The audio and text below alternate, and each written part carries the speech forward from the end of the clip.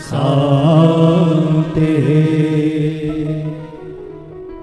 एक बार सभी प्यार से बोलेंगे राधे राधे, जोर से बोलेंगे राधे राधे, और जोर से बोलेंगे। जिस भागवत को देवराज इंद्र नहीं सुन सके, जो भागवत देवराज इंद्र को प्राप्त नहीं हुई, वो भागवत हमें प्राप्त हुई। देवराज इंद्र को कथा सुनाने से मना कर दिया सुखदेव जी महाराज ने, कहा कि तुम अभक्त हो और वही कथा हमें सुनने को मिल रही है, ये हमारा परम सौभाग्य है। राधे राधे बोलना पड़ेगा, जोर से बोलना पड़ेगा। आप बहुत धीरे बोल रहे हैं। तो जिस भागवत ने धुंधकारी जो मरने के बाद प्रेत बन गया था, उसका कल्याण कर दिया, ये भागवत हमारा भी कल्याण करेगा, अवश्य करेगा, इसमें कोई दो राय नहीं है। बस एक ही शर्त है, नियम का पालन करते हुए इस कथा को श्रवण किया जाए। नियम का पालन करते हुए। नियम मैंने आपको कल बता दिए थे, ब्रह्मचर्य का पालन करना, समय से आना, समय से जाना, अपने मुख से भी किसी को अपशब्द नहीं बोलना इन 6-7 दिनों में जब तक कथा हो, क्रोध नहीं करना, पृथ्वी पर शयन करना या फिर पवित्र वस्त्र पर शयन करना, नियम वही है। यहां पर 3 चीज और हैं जो महत्वपूर्ण है। पहली श्रवण, फिर मनन और फिर ध्यान। कई लोग कहते कथा सुन ली पर समझ नहीं आई। समझ क्यों नहीं आई? 7 दिन सुन तो ली, मनन एक भी दिन नहीं किया। आप पूरी कथा का मनन भी नहीं कर सकते। 3 घंटे कोई बोलेगा, 3 घंटे आप सुनेंगे, 3 घंटे आपको समझ में आ जाएंगे, ये इम्पॉसिबल है। पर 3 घंटे में एक सेंटेंस तो तुम्हें समझ में आ ही जाएगा। आएगा कि नहीं? अब इतने तो बुद्धिहीन है नहीं कि एक भी सेंटेंस समझ में ना आए। जो एक सेंटेंस समझ में आ जाए उसी का मनन करें रास्ते में जाते हुए, कि आज ये बात बहुत गजब लगी हमको, हमारा मन छू लिया इस बात ने, और उसी बात का मनन जब एकांत मिले घर में उसी का ध्यान करें। बस आजकल कलयुग के श्रोता कर क्या रहे हैं? सिर्फ श्रवण कर रहे हैं। कथा सुनी, भजन गाया, नृत्य हुआ, उंगली पकड़ी मेरी छल्ला तोड़ा री, कितने झूमे सब, छल्ला भी टूट गया, उंगली भी मुड़ गई है, खूब झूमे सब। मैंने देखा जितने लोग आए सब झूम रहे थे। अब आपका ये फेवरेट भजन रहा होगा, यहाँ बहुत प्रचलित भजन रहा होगा, तो सब लोग झूमे। लेकिन जब कथा सुनते हैं तो देखो कितना एकदम उदासी सी छा जाती है, और जब भजन सुनो तो फिर देखो फिर शुरू हो जाते हैं। तो एक सेंटेंस याद समझने के बाद उसका मनन करो अकेले में बैठकर, और फिर ध्यान करो उसका। 6 के 6 दिन, 7 के 7 दिन जो श्रोता ऐसा करता है, उस पर यह भागवत बहुत गहरा रंग छोड़ती है, बहुत गहरा असर छोड़ती है। मैं क्यों कहता हूं आप अपने बच्चों को लाओ। हमारे घर में सनातन मरा हुआ है, जिंदा नहीं है। आप कहेंगे हमारे घर में तो ठाकुर जी हैं, मरा कहां है? अरे क्यों नहीं मरा है? जिस घर में ठाकुर जी उस घर में पीने वाले हैं कि नहीं? जवाब दो। जिस घर में ओम जय जगदीश हरे हो रही है, वहीं शाम को पीने वाला पड़ा हुआ गाली गलौज कर रहा है, मांस बन रहा है, मांस खा के घर में घुस रहा है। एक आध कोई व्यक्ति जो भगवान का भक्त है वो तो आरती कर रहा है, बाकी के सबकी बुद्धि खराब हो रखी है। आप बताइए, सच्चा वैष्णव घर वो है जिस घर में एक भी व्यक्ति प्याज लहसुन न खाता हो, और जहां 5 के 5, 10 के 10 व्यक्ति भगवान का भजन नाम संकीर्तन में मस्त रहते हो। भगवान श्री कृष्ण उदास बैठे। सर्वेश्वरी राधा रानी ने पूछा क्यों उदास हो? सर्वेश्वरी राधा रानी से श्री कृष्ण कहते हैं, राधे, मैंने संसार की रचना की है, और इस संसार में जितने भी लोग हैं, जितने भी प्राणी हैं, सब मुझे प्रिय हैं। सब मम प्रिय सब मम उपजाए। सबते अधिक मनुज मोए भाए। बड़े भाग्य मानुष तन पावा, सुर दुर्लभ सर ग्रंथ गावा। राम ही सुमेरिय गाइए राम ही, संतत सुमेरी राम गुण गाई। छित जन पावक गगन सवेरा, पंच रचित यह अरब शरीरा। कलियुग केवल नाम आधारा, सुमेरे सुमेरे नर पुत्र ही पारा। भगवान कह रहे हैं इस संसार में जितनी भी सृष्टि है सब मैंने बनाई है और सब मुझे प्रिय है, पर सबसे ज्यादा प्रिय है मुझे मानव। क्यों मानव इतना प्रिय क्यों है? मानव इसलिए प्रिय है कि मानव जीवन में अगर वो साधना में लग जाए तो वो भगवान बन सकता है। वो अपना, हम देवताओं की पूजा करते ना, अगर हमारा जीवन अच्छा हो तो देवता भी हमारे जीवन के लिए तरसते हैं, कैसा जीवन हमारा होना चाहिए। और कोई नहीं कर सकता ऐसा, कोई भी नहीं, आप ही कर सकते हो। मानव वो सब कर सकता है, इसलिए भगवान को मानव पसंद है। सबरी राम से मिल गई, केवट राम से मिल गए, विदुरानी कृष्ण से मिल गई, अर्जुन कृष्ण से मिल गए, पितामह भीष्म कृष्ण से मिल गए, हैं ध्रुव, प्रहलाद, नरसी, तुलसी, सूरदास, मीरा। ये वो मानव है जिन्होंने अपने आप को भगवान के सदृश सम्मान्य बना के खड़ा कर दिया मानव जीवन में। और हम क्या कर रहे हैं? उसी मानव जीवन को पाके हम क्या कर रहे हैं? सिर्फ और सिर्फ वो काम कर रहे हैं जो पशु करते हैं। 4 काम, 2 बता देता हूं, कमाओ खाओ, एक और बता देता हूं, सो के रात बिता दो।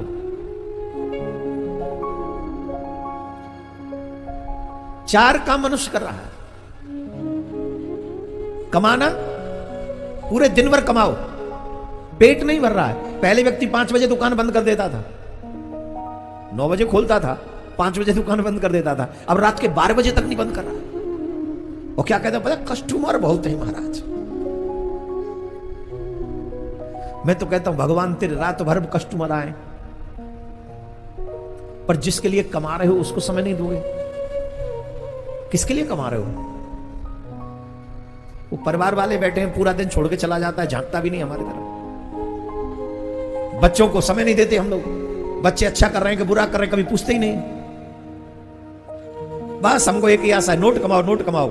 दिन भर नोट कमाते हैं, दिन में 3 बार खाते हैं, इसमें दिन निकल जाता है।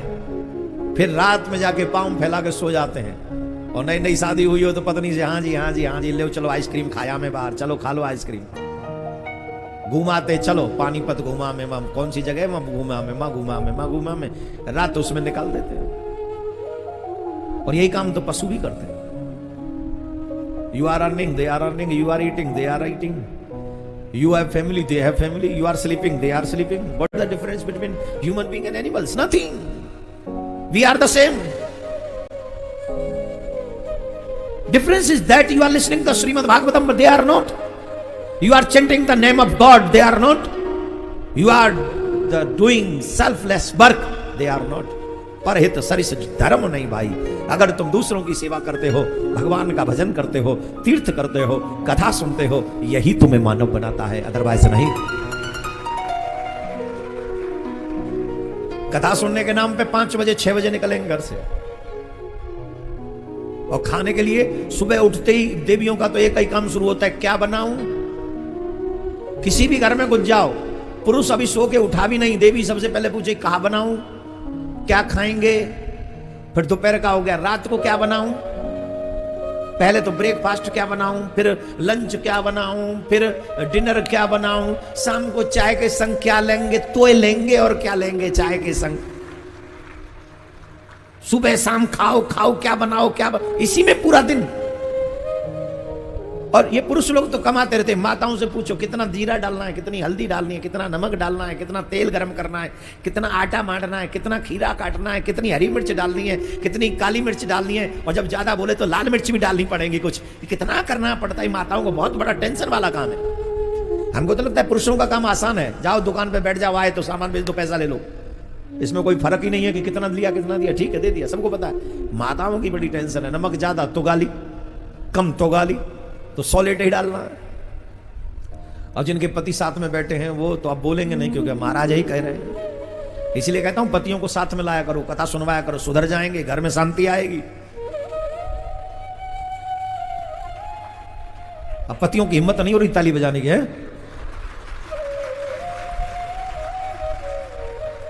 अरे भाई मैं भी यहां इसलिए कह रहा हूं क्योंकि मैं भी घर से बाहर हूं। यहां कह सकता हूं, घर में होऊंगा तो नहीं कह पाऊंगा। मैं भी तो पति हूं फिर घर में। कोई 30 मार का घर के बाहर ही रह सकते, घर में तो सिर्फ पति होगा। तो आप सबसे हमारा आग्रह है, आप लोग सभी, मानव भगवान को सबसे प्रिय इसलिए है कि मानव वो कर सकता है जो देवता भी नहीं कर सकते। देवता भगवान नहीं बन सकते, मानव भगवान बन सकते हैं। देवताओं का पता नहीं होगा, जो कुछ बनना होगा नीचे आगे बनना है। आपका उत्थान हो सकता है, आप देवता भी बन सकते हो, लेकिन दारू के ठेके पे खड़े होकर भगवान नहीं बन सकते आप। नशा करके मांस खा के नहीं बन सकते आप। दूसरों को गाली गलौज करके नहीं बन सकते। दूसरों का नाश करके, दूसरों को नुकसान पहुंचा के आप बड़े नहीं, आप देवता नहीं बन सकते।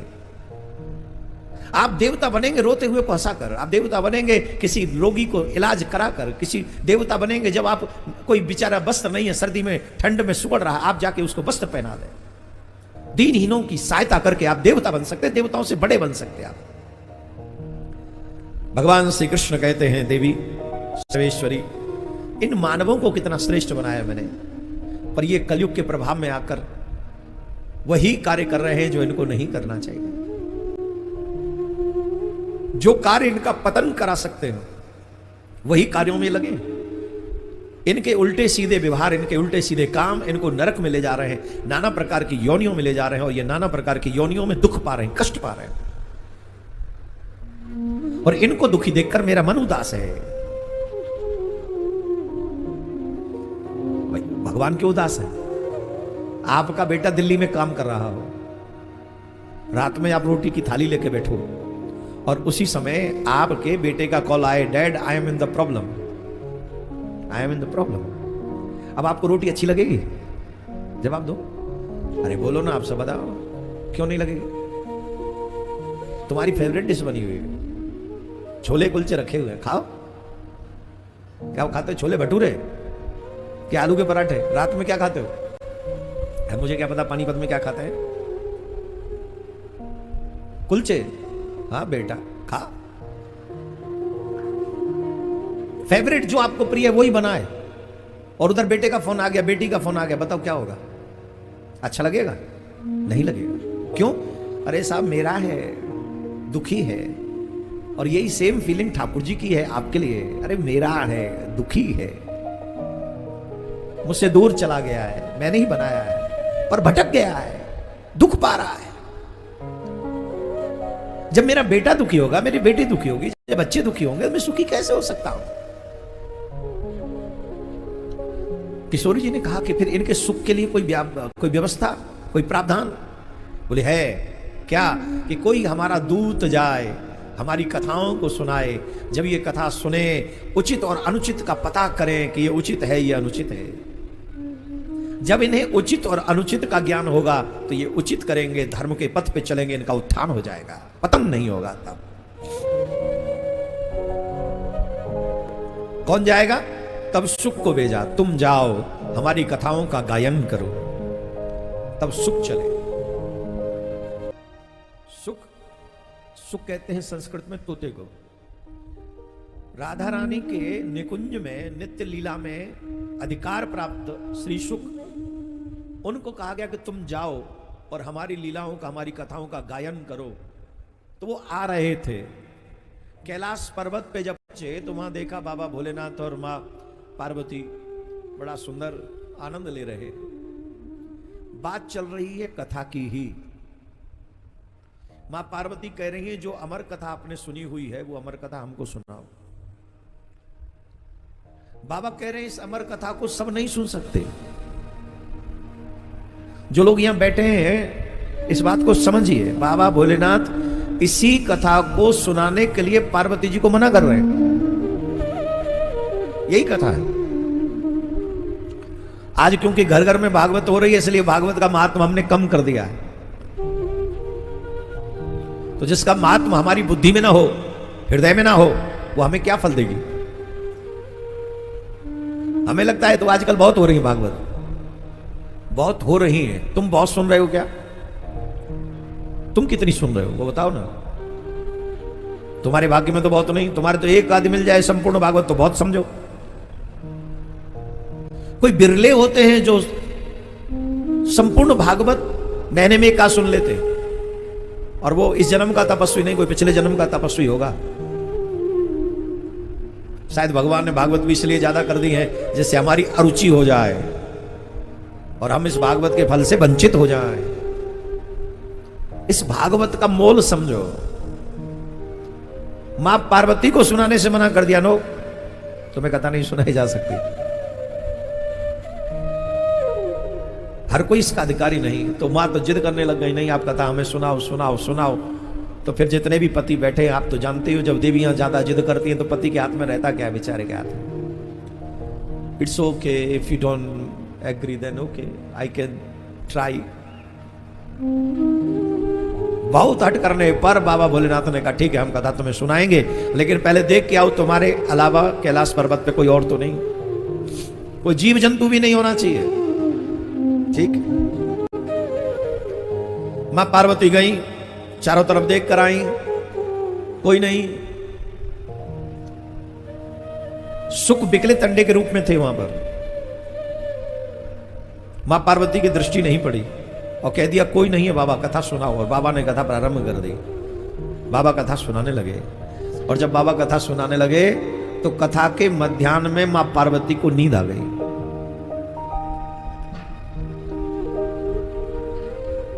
कथा के व्यवधान प्रमुखता 3 है। एक तो नींद का आना।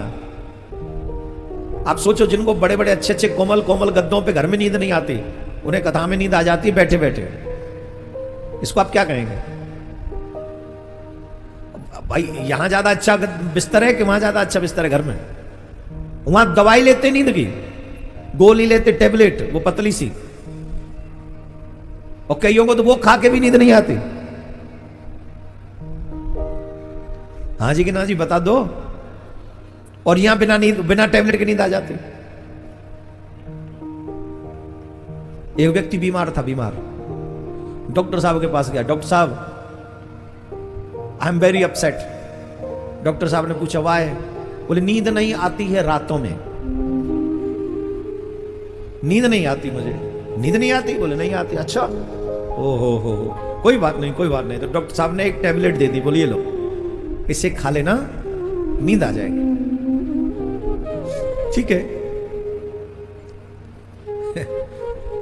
15 दिन बाद फिर आया डॉक्टर साहब। बोले अब क्या हुआ? बोले नींद नहीं आती है रातों में। अरे हमने तुम्हें टेबलेट दी थी। बोले खा रहे हैं फिर भी नहीं आ रही। अच्छा लगता है ज्यादा डिप्रेशन में हो, एक टेबलेट नहीं 2 टेबलेट खाया करो। दिन में 2 टेबलेट लो, नींद आ जाएगी। रात में जब सोने से पहले 2 टेबलेट, नींद आ जाएगी। उस व्यक्ति ने कहा आप 2 टेबलेट की कह रहे हो? आपसे बिना पूछे पूछे 5-5 खा रहा हूं पिछले 5-7 दिन से, तब भी नहीं आ रही।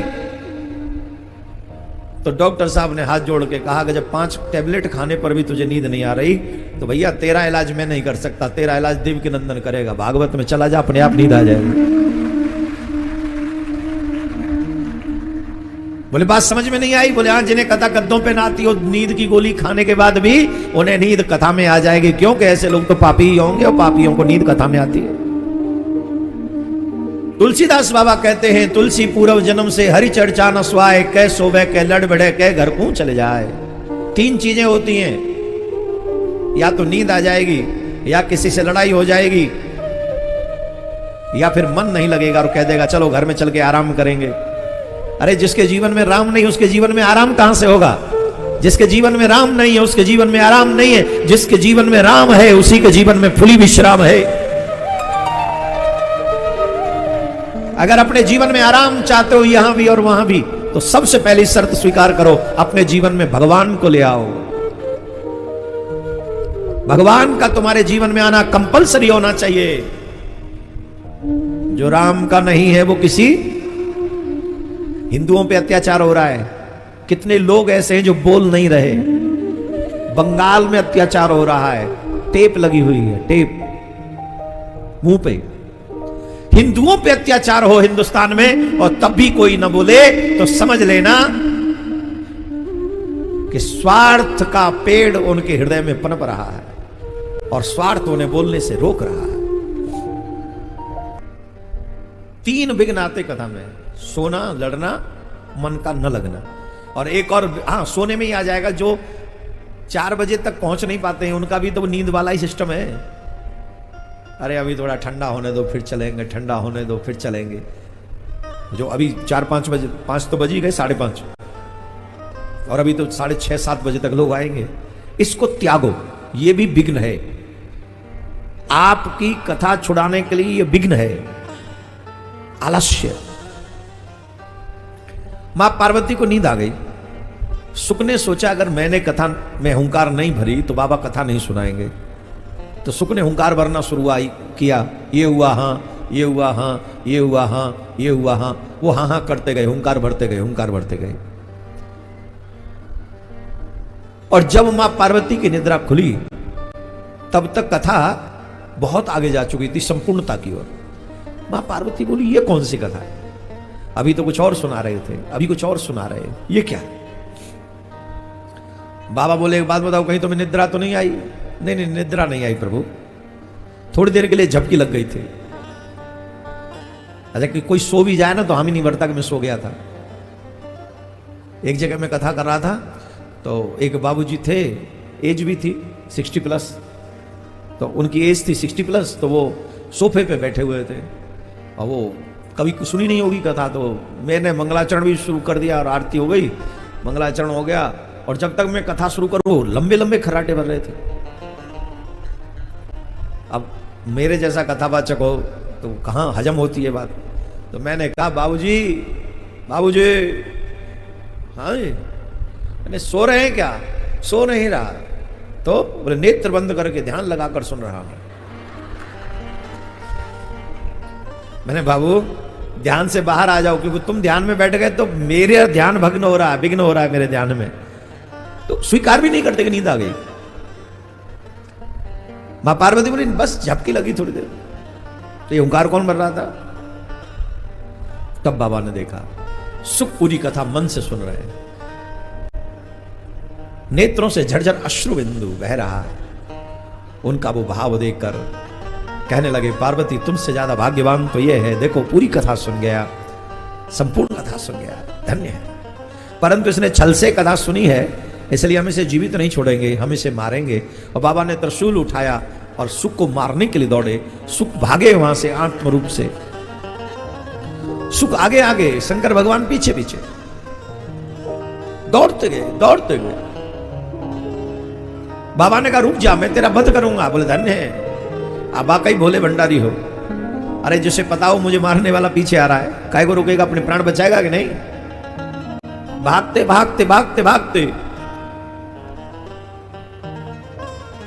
व्यास जी की पत्नी केस सुखा रही थी, उनको जमाई आई, उनके मुख के द्वारा गर्भस्थान में प्रवेश कर गए सुख। शंकर भगवान बोले तुम्हें क्या लगता है तुम बच जाओगे? अरे गर्भ का विधान है 9 महीने में वापस आना पड़ेगा, तो जब 9 महीने हो जाएंगे तब तुम्हें आना पड़ेगा, मैं तब तुम्हें मारूंगा। श्री शुक बोले आप बैठे रहे तो 9 महीने छोड़िए, मैं 9 साल ना हूं। महाराज वाकई 12 वर्ष हो गए। कितने? 12 वर्ष हो गए और श्री सुखदेव जी मां के गर्भ से वापस नहीं आए और वहीं मां के गर्भ में रहे। तब वेद व्यास जी महाराज ने अपनी पत्नी के दुख को समझकर स्तुति की। आप भी मेरे साथ मिलकर गाइए रुद्राष्टकम। नमामि समीशान निर्वाण रूपम विभुं व्यापकं ब्रह्म वेद स्वरूपं निजं निर्गुणं निर्विकल्पं निरीहं चिदाकार वासमाकाशवासं भजेऽहं निराकारमोङ्कार मूलं तुरीयं गिराज्ञानगोतीतमीशं गिरीशं करालं महाकालकालं कृपालं गुणागार संसार पारं नतोऽहं तुषारादिशङ्कास्य गौरं गभीरं मनोभूतिकोटिप्रभासे शरीरं स्फुरन्मौलिकल्लोलिनीचारुगङ्गा लसद्भालबालेन्दुकण्ठे भुजङ्गा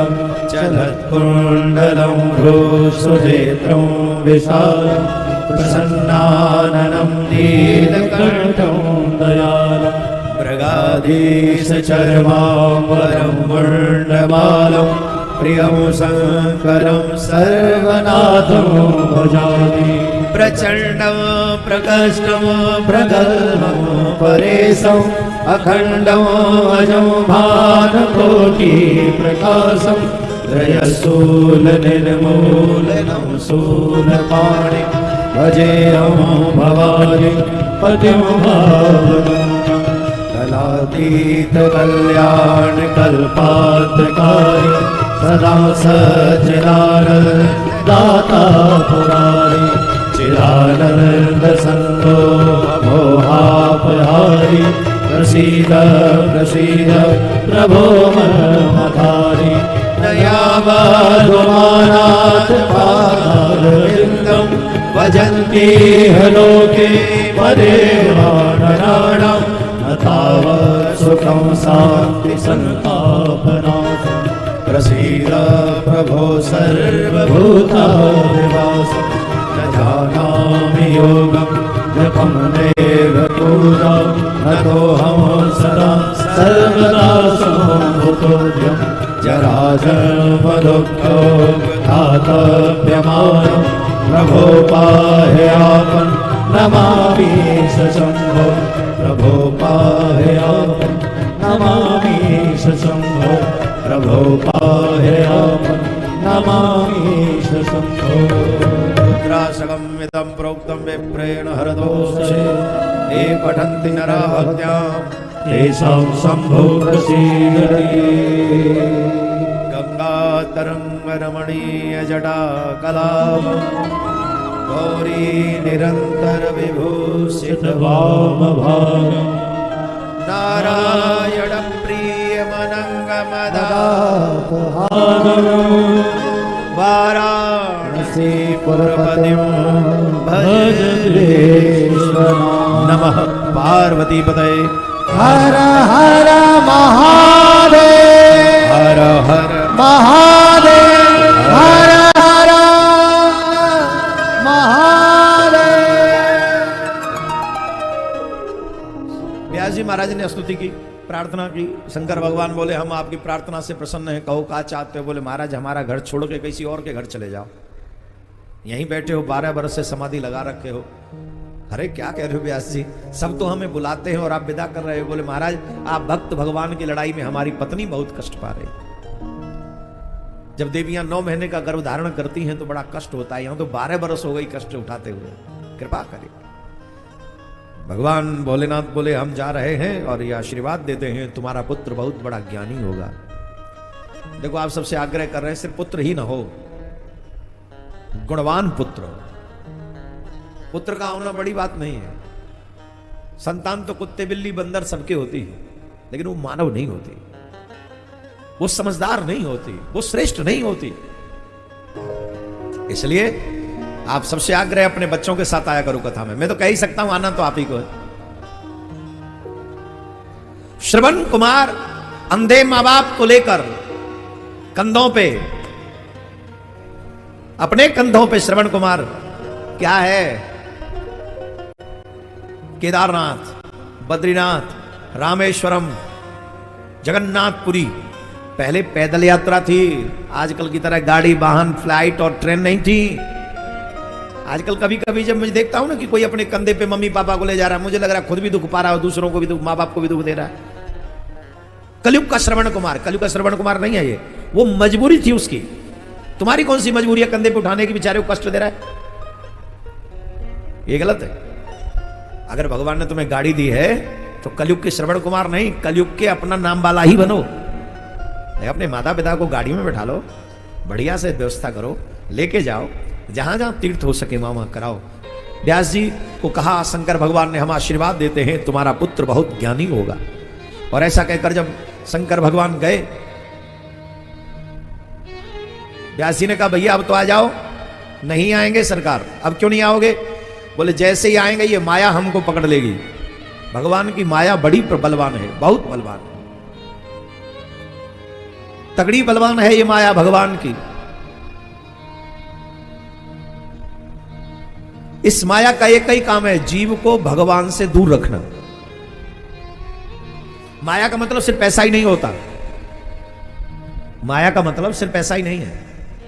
माया का मतलब है जो चीज आपको भगवान से दूर रखे वही माया। आपकी दुकान भी माया, आपका मकान भी माया, आपके रिश्तेदार भी माया, आपके वस्त्र भी माया, आपका मोबाइल भी माया। जिसमें आपका अट्रैक्शन ज्यादा हो भगवान से ज्यादा वही माया है। आगे कथा आएगी भरत जी महाराज की, मृग के बच्चे में मोह हो गया तो वो मृग का बच्चा ही माया है। बोलिए माया मुझे पकड़ लेगी। तब मायापति कहते हैं हम तुम्हें आशीर्वाद देते हैं, माया तुम्हें नहीं सताएगी, तुम आ जाओ। जैसे ही भगवान ने कहा, भगवान की बात मानकर सुखदेव जी ने तुरंत गर्भ से बाहर आए और ऐसा त्यागी भूतो न भविष्यति। देखो कई लोग बहुत त्यागी होते हैं और एक बात ध्यान रखना, ग्रहण करने से किसी को सुख नहीं मिला, संग्रह करने से किसी को सुख नहीं मिला। संग्रह करने से विपत्ति ही मिली है। मधुमक्खी के बारे में कौन कौन जानता है? मधुमक्खी, मधुमक्खी का विशेष गुण है संग्रह करना। करती है कि नहीं?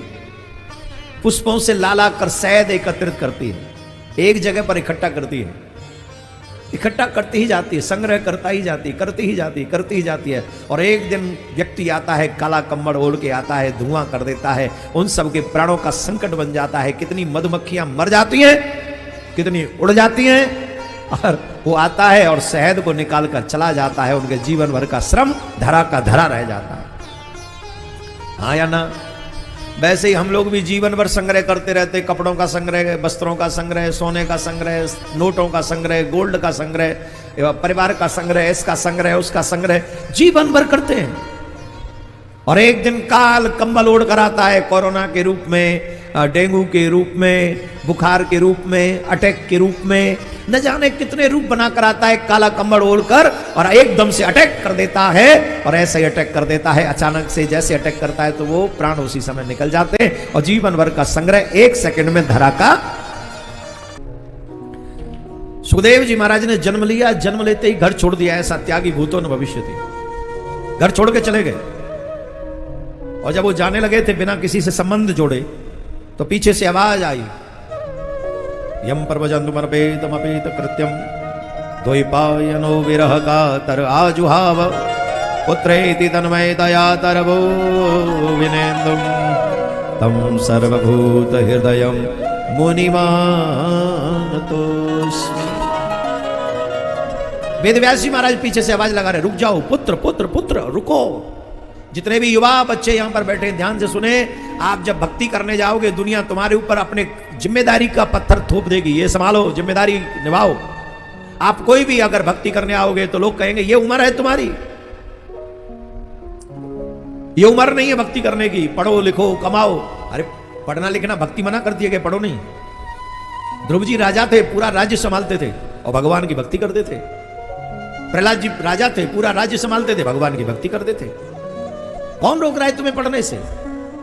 भगवान की भक्ति तुम्हें पढ़ने से नहीं रोकती, इंजीनियर बनने से, डॉक्टर बनने से नहीं रोकती। भगवान की भक्ति तुम्हें झूठ बोलने से रोकती है, व्यभिचार करने से रोकती है, मदिरापान करने से रोकती है, मांस आहार करने से रोकती है, जुआ खेलने से रोकती है, माँ बाप के साथ फ्रॉड करने से रोकती है। इसलिए तुम नहीं भक्ति करना चाहते कि तुम्हें नशा पसंद है, तुम्हें झूठ पसंद है, तुम्हारे फेक फ्रेंड्स तुम्हें पसंद है, इसलिए तुम भगवान की भक्ति नहीं करना चाहते। तो भगवान की भक्ति करोगे तो अलाउ नहीं होगा। कौन कहता है अपना परिवार मत मालो? कौन कहता है तुम कमाई मत करो? भगवान की भक्ति में सब जायज है।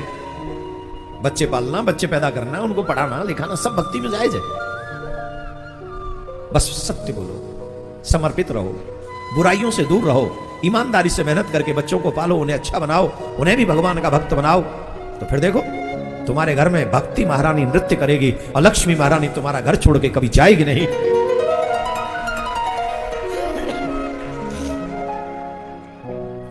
बात समझ में आ गई कि नहीं?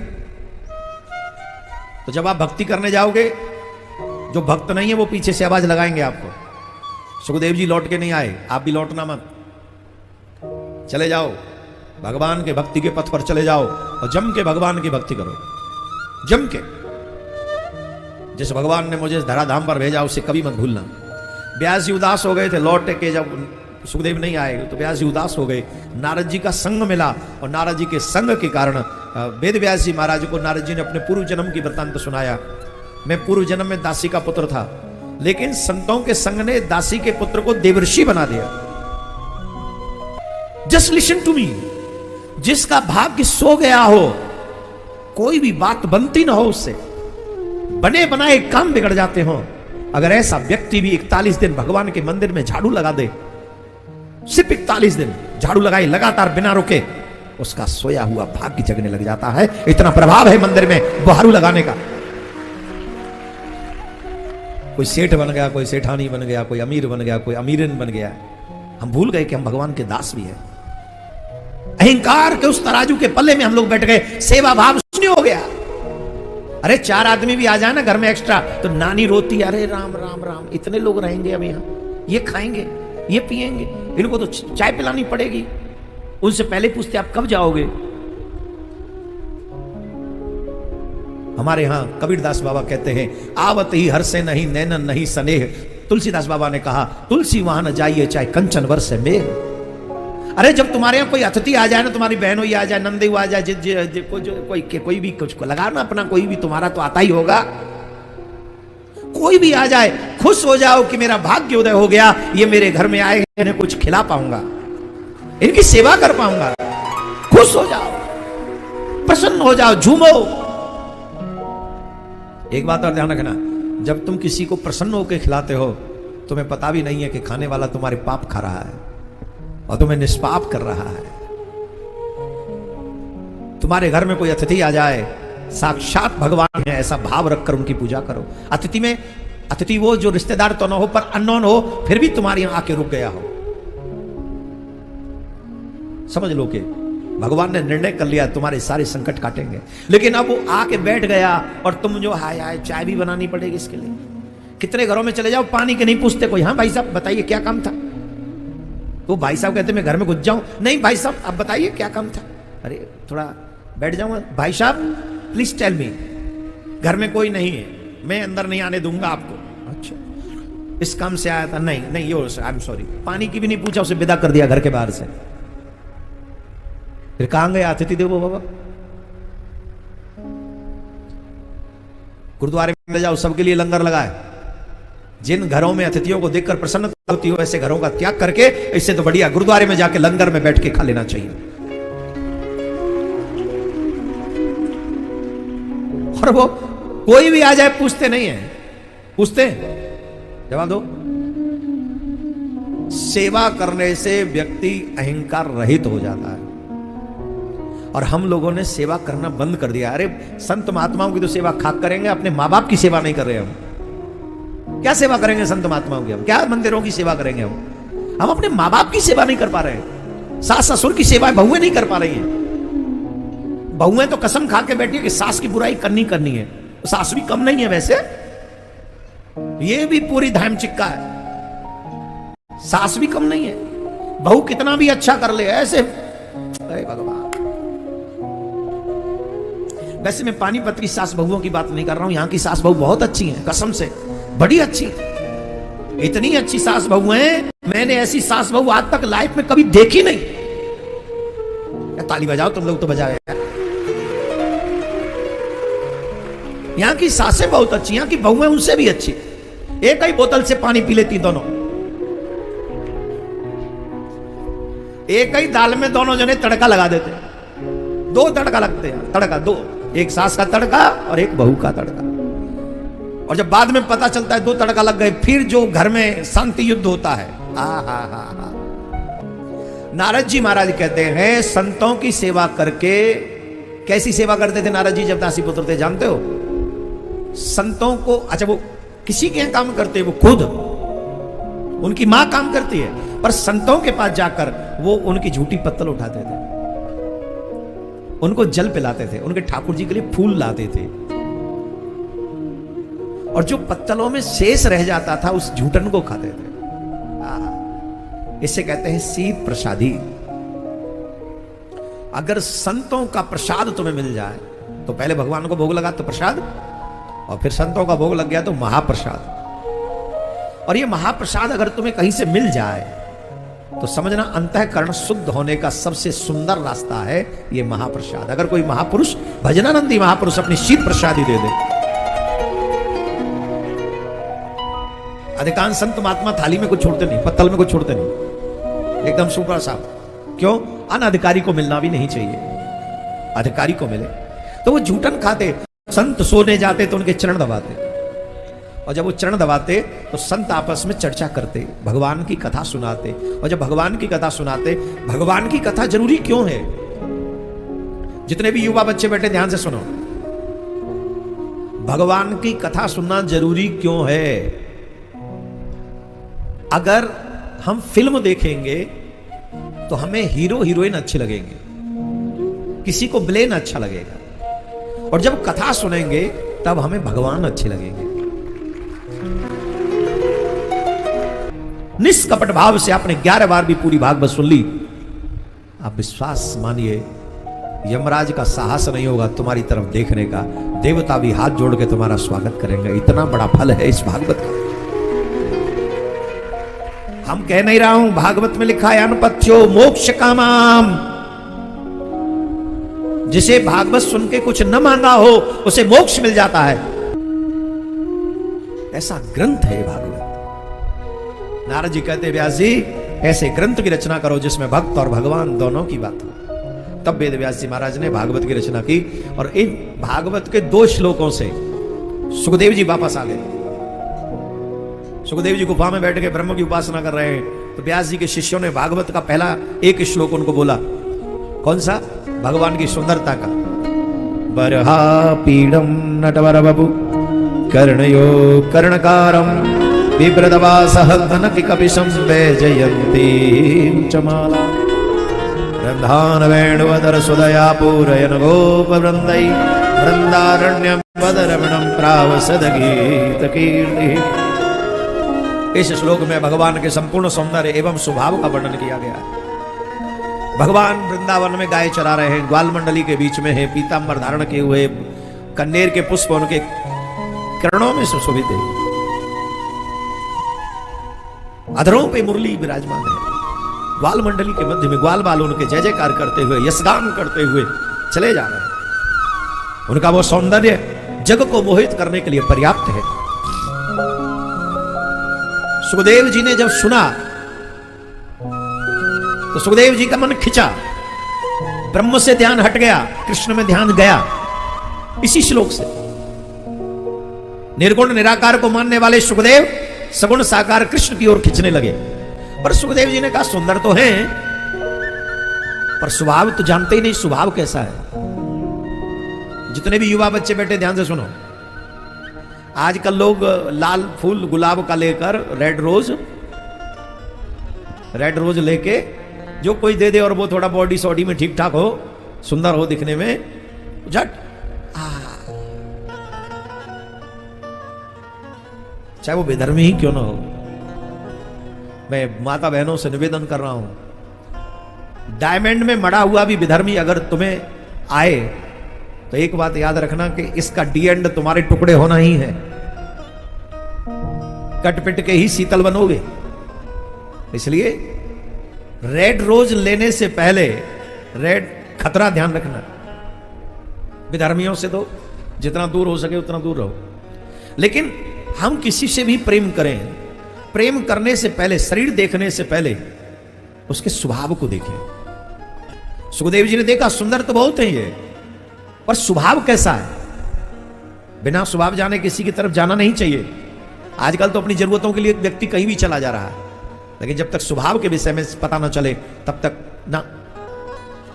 तो स्वभाव कैसा है इनका, तो स्वभाव के विषय में एक और श्लोक आया, अहो बकीयम स्तन कालकूटम जिघांसया पाय यदप्याय साध्वी लेभे गतिम धातृचितां ततोन्यम कंबा दयालो शरणं व्रजेम।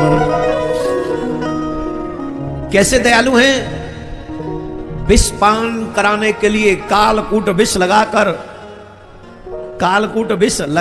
पूतना अपने आंचल से कृष्ण को मारने के लिए आई थी और कालकूट विष पिला दिया था, परंतु श्री कृष्ण ने उस पर भी दया करके जो गति मैया यशोदा के लिए सोच रखी थी वो गति श्री कृष्ण ने पूतना को प्रदान कर दी। ऐसे दयालु।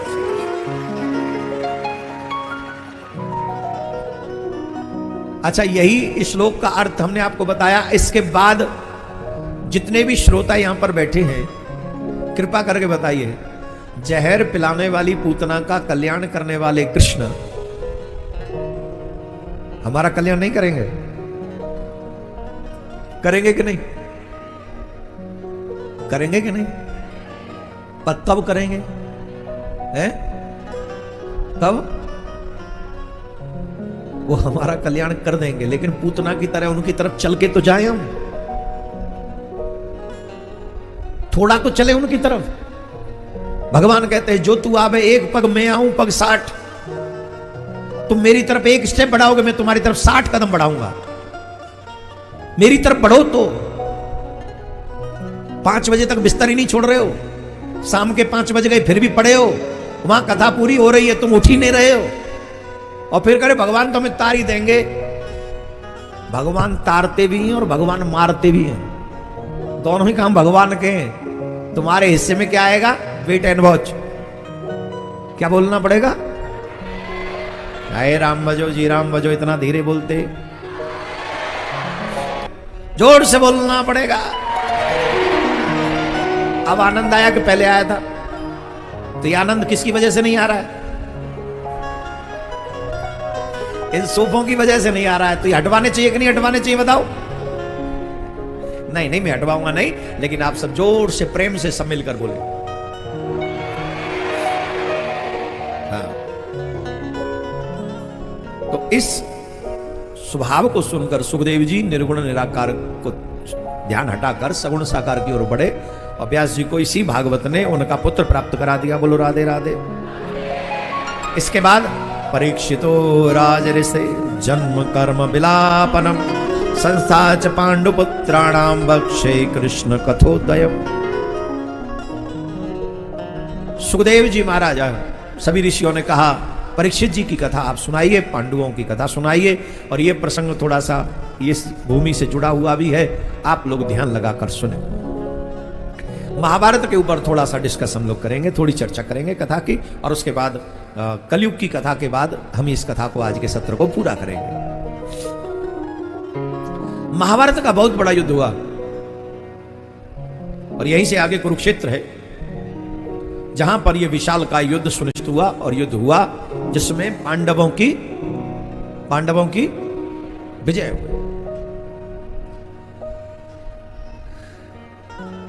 महाभारत में सबसे बड़ा अपराध दुर्योधन ने किया, द्रौपदी की अपमान करके, वस्त्र हरण करके, सबसे बड़ा अपमान दुर्योधन का सबसे बड़ा अपराध था।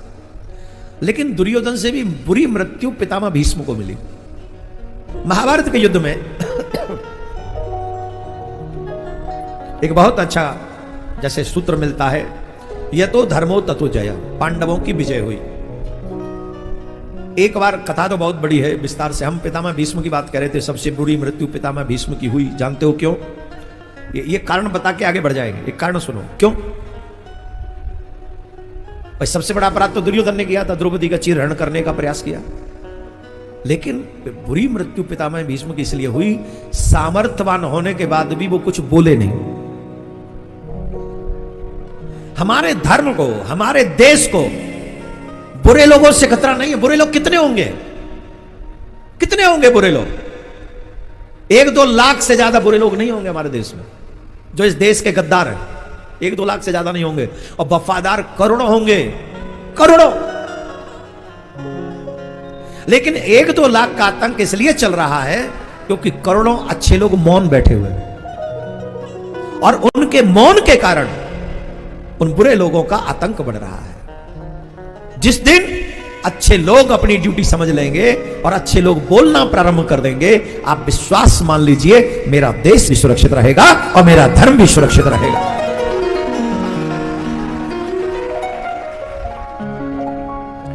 पितामह भीष्म की एक ही प्रॉब्लम थी, बोल नहीं पाए थे, बोले नहीं थे वो। पितामह भीष्म की यह कथा हम सब सुन रहे हैं। महाभारत के युद्ध में पांडवों की विजय हुई। एक बहुत सुंदर सी कथा आती है, यह सुनिए जरा ध्यान से। धर्म बहुत सूक्ष्म है। धर्म को परिभाषित करने में, इसकी सूक्ष्मता को समझने में अच्छे अच्छे लोगों का दिमाग अजीब होता है, डगमगा जाता है, समझ नहीं पाता है। अब सुनो कैसे। एक बार की बात है, भगवान श्री कृष्ण धर्मराज के साथ भ्रमण कर रहे थे। तो भगवान श्री कृष्ण ने धर्मराज से कहा, धर्मराज, तुम्हें लोग धर्मराज कहते हैं, क्या धर्म की गति को जानते भी हो? तुरंत धर्मराज सावधान हो गए, दोनों हाथ जोड़े, कहा, प्रभु, मैंने तो सारे धर्म की परिभाषा आप ही से सीखी है। क्या मुझसे कोई अपराध हो गया? मुझसे कोई त्रुटि हो गई? कोई अपराध हुआ? मुझे क्षमा करें, बताएं। बोले, नहीं नहीं, बस ये बताओ, क्या धर्म की व्यवस्था, क्या धर्म के विषय को जानते हो? धर्मराज ने कहा, प्रभु, मुझे नहीं पता मैं कितना जानता हूं, पर हां, जीवन का लक्ष्य है कि मुझे धर्म पथ पर ही चलना है। तो धर्म के पथ पर चलने वाले को परीक्षा देनी पड़ती है। क्या परीक्षा देने के लिए तैयार हो? आप आशीर्वाद दें, आप कृपा करें। धर्म के लिए परीक्षा देने के लिए मैं अहरनिश तैयार हूं। बोलो, ठीक है। ऐसा कहकर भगवान ने धर्मराज को छोड़ दिया। कुछ दिन बाद धर्मराज एक दिन वन में भ्रमण कर रहे थे। बगीचे होते हैं, उसमें बगीचे में भ्रमण कर रहे थे। तो उस समय एक कबूतर उड़ता उड़ता आया, और एक कबूतर उड़ता उड़ता आया, और उस कबूतर ने कहा, धर्मराज, मैंने सुना है आप कभी झूठ नहीं बोलते, पर ये मेरे प्राणों पर संकट है। मेरे पीछे पीछे बाज पक्षी आ रहा है जो मुझे खा जाना चाहता है, मुझे मार देना चाहता है, इसलिए मैं यहां छुप रहा हूं, मेरी सहायता करना। वो छुप गया पीछे जाके कहीं, और कुछ ही देर में बाज पक्षी उड़ता हुआ आया, और बाज पक्षी ने कहा, धर्मराज, मैंने सुना है तुम कभी मिथ्या नहीं बोलते, झूठ नहीं बोलते। अभी अभी मेरा भोजन यहां आया है कहीं, अभी वो दृष्टिगोचर नहीं हो रहा है। क्या तुमने कबूतर को देखा है? अब देखो, धर्म संकट है। एक तरफ तो धर्मराज का नियम है, वो झूठ नहीं बोलते, असत्य नहीं बोलते, और अगर सत्य बोल दें तो कबूतर के प्राण चले जाएंगे, तो किसी की जान चली जाए। अब बताइए धर्मराज को क्या करना चाहिए? अब धर्म की भाषा समझाओ यहां। नहीं, असत्य संपातक पुंजा, असत्य के समान पाप नहीं कोई। क्या करें? धर्मराज ने बात से कहा, मैंने यहां कबूतर को नहीं देखा।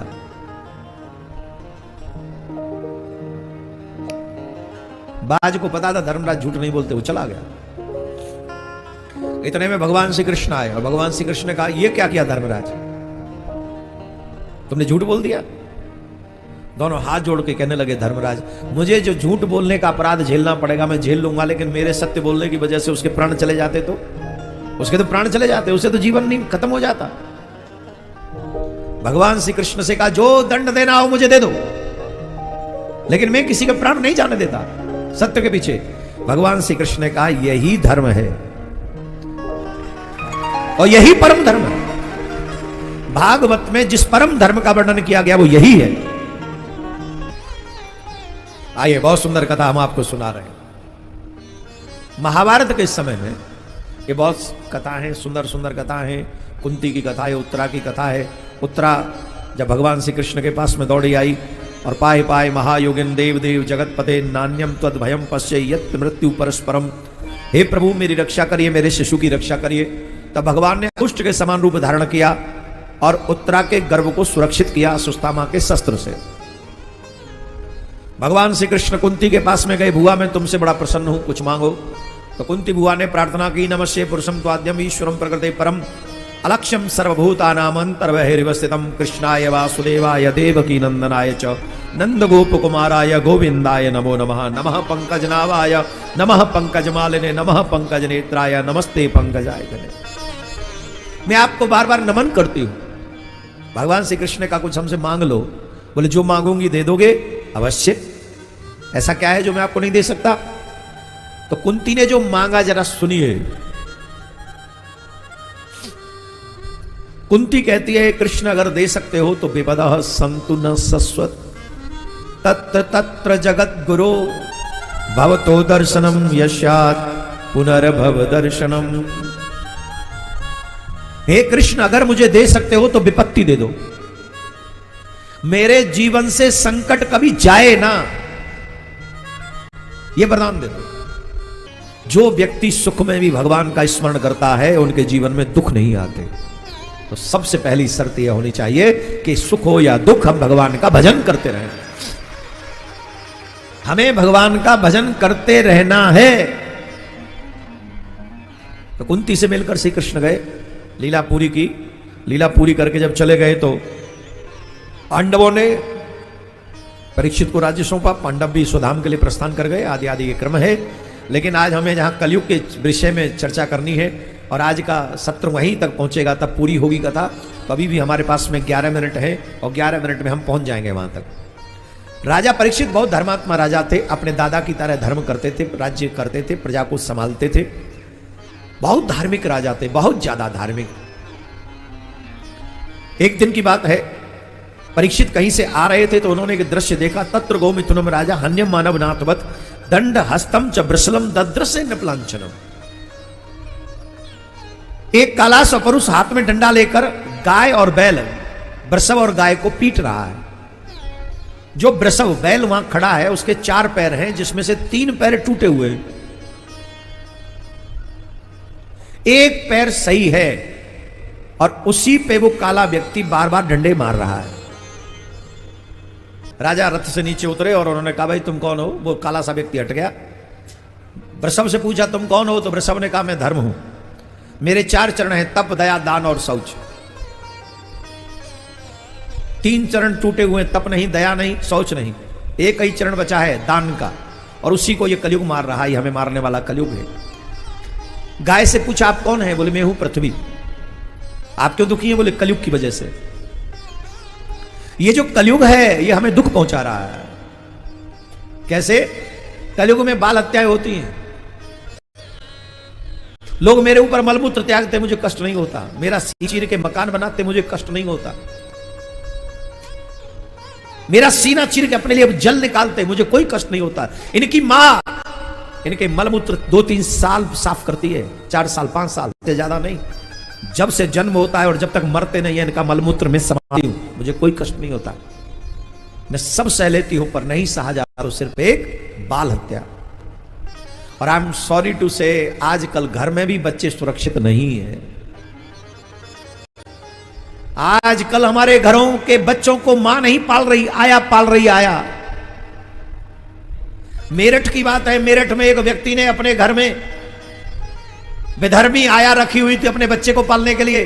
दोनों पति पत्नी चले जाते थे जॉब पे और उसकी जो काम करने वाली थी उस बच्चे को पीटा करती थी और पूरे भोजन में मूत्र मिलाकर, चाय में, इसमें उसमें मूत्र मिलाकर उन सबको पिलाया करती थी। आपने खबर सुनी थी कि नहीं? न्यूज चैनल से ही सुनी थी मैंने तो। किस किसने सुनी? और इसके बाद भी तुम्हारा जमीर नहीं जगा? सब्जी, टेलर, प्लम्बर, बिजली वालों, रिक्शा वालों, और मिठाई बारो, भोजन बारो, वही जाओ जो सनातनी हो, और जो सनातनी ना हो उससे खाने पीने की कोई चीज मत लो, और अपने घर में किसी ऐसे व्यक्ति को मत आने दो जो सनातनी ना हो। पट पट ताली बजाने से कुछ नहीं होगा, निर्णय लो। तुम्हारे यहां कोई भी बांग्लादेशी, रोहिंग्या ऐसा वैसा काम कर रहा हो जो रामकृष्ण को न मानता हो, आज जाते ही कल उसे आखिरी चेक पकड़ा दो, जाओ। कल्पना करते हो पूरा विश्व सनातनी हो जाए और हम अपना कोई एक छोटा सा स्टेप नहीं उठाते? अपने सनातनियों को हमें स्टैंड करना चाहिए। तो कहते महाराज हम कलयुग की वजह से दुखी हैं। राजा ने खड्ग निकाली, कहा हम कलयुग को ही मार देंगे। कलयुग जानता था राजा बहुत धर्मात्मा है, हमको मार देगा। तो कहा महाराज हमारी भी सुन लो। बोले क्या सुने? बोले हम में भी कुछ अच्छाई है। बोले तुम में क्या अच्छाई है? ए माताराम, ए माताराम, बाप बाप क्या कर रही हो? बैठ जाओ, बैठ जाओ, हाँ बैठ जाओ, नहीं तो तुम्हारी सास लड़ेगी, घर जाते ही लड़ेगी। आएगा ही अभी तो आरती ना भाई, बड़ी आई भगतन की बच्ची, माँ जाके कह रही कथा सुनने जा रही हूँ, आरती छोड़ के चली आई है। सास बहुत ताने मारेगी तुम में, और नहीं तो मर दे जाओ, मैं सिखा दूंगा तुम्हारी सास को। कलयुग ने कहा महाराज मुझ में भी अच्छाई है। बोल तुम में क्या अच्छाई है? सतयुग में 60,000 वर्ष तक तपस्या करो, उसके बाद भी पता नहीं कार्य सिद्ध होगा कि नहीं। त्रेता युग में यज्ञ करते रहो, पता नहीं कार्य सिद्ध होगा कि नहीं। द्वापर युग में तमाम उपासना करो, साधना करो, तब जाके हजारों वर्ष साधना करो, तब जाके भक्ति करो, भगवान कृपा करे तो। लेकिन कलिकाल में बहुत अच्छी बात है। बोले क्या? हरे नामैव हरे नामैव हरे नामैव केवलम, कलो नास्तैव नास्तैव नास्तैव गतिरन्यथा, कलियुग केवल नाम आधारा, सुमिर सुमिर नर उतरे पारा, कलियुग केवल हरि गुण गाहा, गावत ही पावै भवधाहा। कलिकाल में एक अच्छी बात है, नाम जपो भवसागर से पार हो जाओ। राजा परीक्षित ने कहा इतनी अच्छी बात है? बोले हाँ, हम तुम्हें मारेंगे नहीं, हम तुम्हें रहने के लिए कुछ जगह दे देते हैं। कौन सी? दूतम पानम स्त्रिय सुना यत्र धर्म चतुर्विदः। जितने भी भाई लोग हैं 2 मिनट ऐसे थोड़े सावधान हो जाओ, सोफा छोड़ दो, आश्रय आज वो पीछे जो लगा रखा ना, 2 मिनट से, ओनली 2 मिनट्स, लास्ट 2 मिनट्स रह गए है, ऐसे बैठ। अब सुनो कलयुग कहां कहां रहता है। पहला कलयुग का वास है जुआ में। किसमें? आईपीएल मुर्दाबाद मुर्दाबाद, आईपीएल मुर्दाबाद मुर्दाबाद, आईपीएल मुर्दाबाद बोलो, जोर से बोलो, आईपीएल मुर्दाबाद मुर्दाबाद, आईपीएल मुर्दाबाद। कौन कौन कह रहा है मुर्दाबाद मुर्दाबाद? जोर से हाथ उठा के बोलो। ये इधर से नहीं बोलेंगे क्योंकि सट्टा करते होंगे कहीं तो इनमें से। तुम बोलो, जल्दी बोलो, जोर से बोलो। नीचे करो, नीचे करो। धर्मराज भी जुए के कारण कितना कष्ट पाया, पाया कि नहीं पाया? और इस आईपीएल ने घर घर में जुआ पहुंचा दिया। जिस घर में जुआ खेला जाएगा उस घर का विनाश निश्चित। और मैं जो बोल रहा हूं वो शास्त्र प्रमाण। अगर आपको अपने घर की मान मर्यादा बचानी है, अपने घर से जुए नाम के कलंक को निकाल फेंको। यहां पहला ही कहां पे कलयुग रहता है? दूतम, जुआ में कलयुग रहेगा। और आज बच्चे बच्चे के हाथ में ड्रीम 11 चल रही है। बड़े बड़े स्टार, गेम क्रिकेटर और हीरो हीरोइन, मेरी ड्रीम 11। अरे तुम्हारी ड्रीम 11 चूल्हे में चली जाए, भाड़ में चली जाए, तुम बनाओ ड्रीम 11। बच्चों को क्यों, इनके भविष्य को दांव पे लगा रहे हो? युवाओं के बच्चों, इन युवाओं का भविष्य दांव पर लगा हुआ है। जुआ खेल रही है बच्चे, और जीत कोई 2-4 है, बाकी सब पूरा देश हार रहा है, और हम खड़े हुए तमाशा देख रहे हैं। जितने भी लोग यहां पर बैठे हैं, कसम खा लो कि हम कोई भी किसी प्रकार का जुआ नहीं खेलेंगे। जब जुआ नहीं खेलोगे तभी तुम सही माने में धर्मात्मा बने रहोगे, अदरवाइज ये पैसा तुम्हारा विनाश कर देगा। जब धर्मराज का प्रमाण हमारे सबके सामने है। ये कह के आईपीएल लेके आए थे कि घर घर क्रिकेटर बना देंगे हम, बच्चे बच्चे गली गली के बच्चे क्रिकेटर बनाएंगे। गली गली के 10, 20, 50, 100 बच्चे बना दिए होंगे, और पूरे देश के बच्चों को जुआरी बना के छोड़ दिया। धिक्कार है ऐसी प्लानिंग को, हम धुतकारते ऐसी प्लानिंग को। हमारी व्यासपीठ ऐसी प्लानिंग का जो है विरोध करती है, जो मेरे देश के बच्चों के भविष्य को उज्जवल न बना सके। और हर समाज से भी को इस बात पे गंभीरता से सोचना चाहिए, क्या ये सही है? ये उचित है कि हमारे घर घर के बच्चे जुआ खेले? पहला, कलयुग कहां रहता है? जुआ में। दूसरा, मदिरा पान में। हरियाणा में मैंने सुना लोग पीते नहीं। मैंने सुना हरियाणा में लोग पीते नहीं बिल्कुल भी। हरियाणा और पंजाब तो एकदम नशा मुक्त है।